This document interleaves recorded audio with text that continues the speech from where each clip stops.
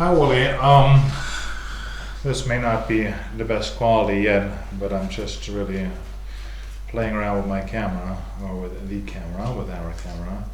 And this is a little rant on passes. Now, there's only a few different sorts of passes. I'd say the major difference between passes is the classic pass. On the one hand, Hofstadter pass or Herman pass, I think the Houdini-Elliott pass, various. There's only two or three main categories, but the way I classify them is there's a classic pass and its variants, riffle pass and dribble pass and so on and so forth, and everything else.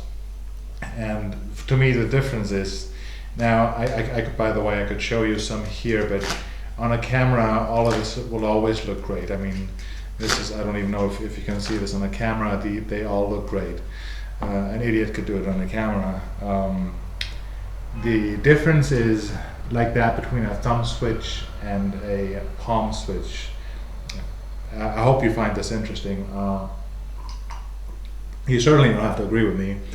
But this is my opinion on this, and of all the moves there are in Magic, that's certainly the one that I've practiced the most and that I've worked on the most, and it's also the one that I am least, I am not content with it yet, and I expect I'll be practicing this as long as I can practice.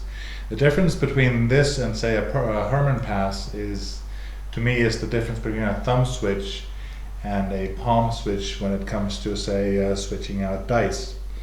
If you have a pair of dice and you want to switch for another pair of dice, I don't have any dice, but just to explain to you, and you probably know it anyhow, a thumb switch is when you have two dice finger palmed, which is not hard, and you have two dice on the table, and you pick up the first one and you just push it into your thumb crotch, and you come and pick up the second one, push it in your thumb crotch as well, and you just throw out the other two dice.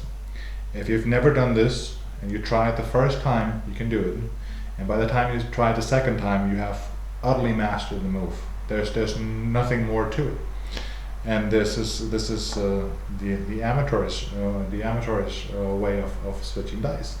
You can do this immediately.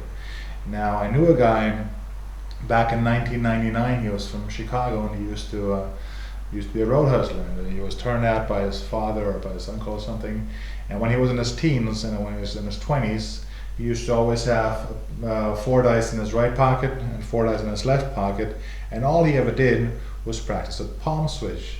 And a palm switch with dice is, well, in theory, the exact same as a palm switch with a coin, except that if you palm a coin is a solid object, but if you have 2 dice and you palm them, the pressure that you put on with the ball of your thumb and the side of your palm has to be straight, because if it's not straight, if it's at a slight angle, the dice will shoot out, and you absolutely don't want that to happen, because that's like that's the worst thing that could possibly happen.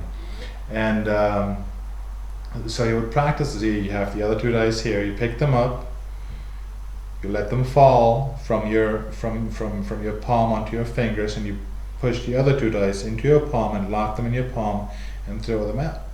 Now, the only difference is they both accomplish the exact same thing, but with a palm switch, you can start with your fingers open, and you end up with all your fingers open. All that happens is that you lock two dice in your palm.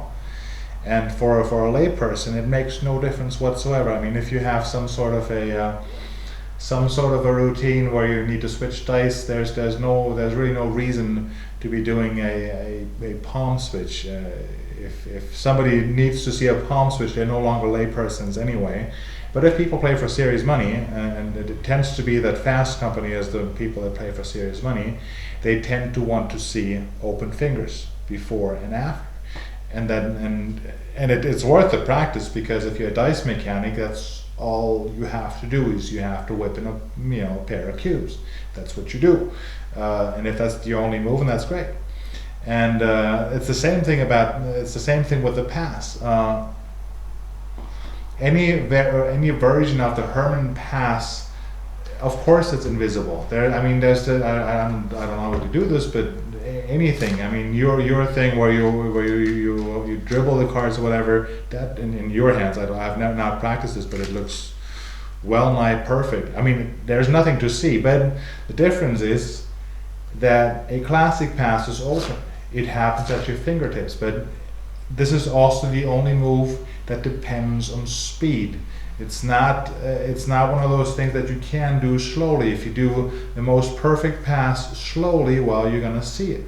But it does require speed, and that speed comes with a bit of practice. And also, I think it goes. You learn it in 3 stages. Stage 1 is it's difficult, and you have to try it a little bit, and you say, well, I don't see how this could ever be invisible. And then you try just for speed, and you'll do something like that, which may already look good on a camera. So never mind what I do on the camera, because the camera doesn't capture this. If it looks good, then I won't take credit for it, and if it looks bad, this is actually not the pass that I use.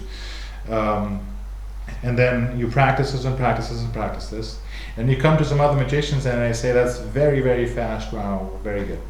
But really it is not, because in order to get a good pass going, you need to be honest, and you need to be honest with yourself, because a pass flashes, and it flashes here at the front, it flashes in the back, it flashes here, and of course your index finger flashes. So you just have to work on this, and have to work on this, and have to work on this, and play around with different things. I mean, you can do this this half jiggle pass, which I sometimes do. You can just go for straight speed. We just don't even worry about that finger, because you just want to get it as fast as possible and try to avoid all of these things. Again, Alan Ackerman's big thing is the thumb that should cover this corner, which it would eliminate one of the flashes. What's really bad is this, because that's just stupid. The most well-known quote of Erdnase is the shift has yet to be invented that can be done with the hands at rest, or in a manner appearing as entirely coincident card table routine, and not show that some maneuver has taken place, no matter how cleverly it may be executed. And everybody seems to know that quote. Most people seem to forget that Erdnase also said it's a comparatively easy matter for a conjurer to do the shift, because the slight turn of the body or dip of the hands and the action is covered perfectly. It's one of those, it's almost like a holy grail. It's not, you're not going to be a better magician or a worse magician. It's not the sort of thing that you need to do to be a fantastic magician or a very bad one. It has no bearing in one way or the other. It's just almost like an obsession. If you read Erdnase, you know that the guy was just obsessed with it. It's just, yeah, it's like almost like a separate issue. It's just the idea that you ought to be able to do it. It's just on the cusp of, I think it's possible.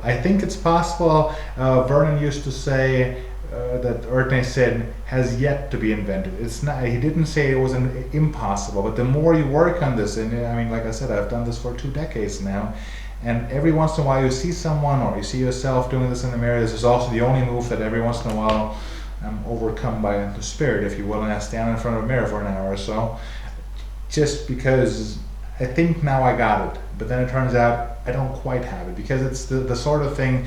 I mean, if you're going to look at it, you ought to look at it from the worst angle, not from the best angle. The worst angle is here. What's it look like from here? I mean, even if you do it